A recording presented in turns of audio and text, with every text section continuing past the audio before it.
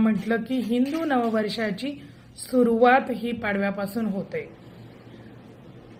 पाडव्यालाच नवरात्र बसते, त्याला वसंत नवरात्र असेही म्हणतात। देवीचे असते वसंत नवरात्र। रामाचे नवरात्र सुद्धा गुढीपाडव्यापासून ते रामनवमी पर्यंत असते। त्याचप्रमाणे गुढीला आपण त्या दिवशी गुढी उभारतो, गुढीला साडी नेसवतो, गाठीची माळ ही गुढीला घातली जाते, फुलांचा हार घातला जातो, तांब्याचा लोटा स्वच्छ धुवून त्याच्यावरती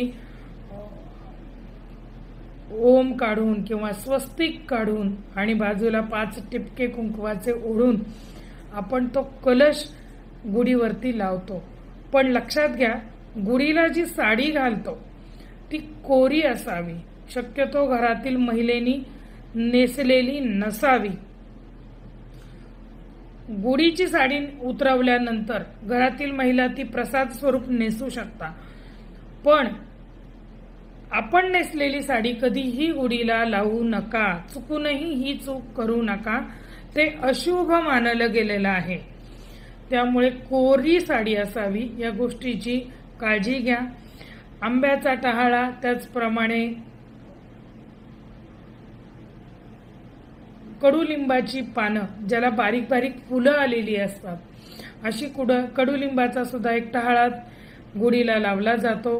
गुढीला नैवेद्य त्या दिवशी आपल्याकडे दाखवण्याची परंपरा आहे।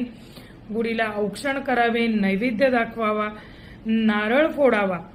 अशा पद्धतीने ही नवीन वर्षाची सुरुवात ही अशा पद्धतीने करायची असते। गुढ्या उभारून आनंद उत्सव हा साजरा करायचा असतो।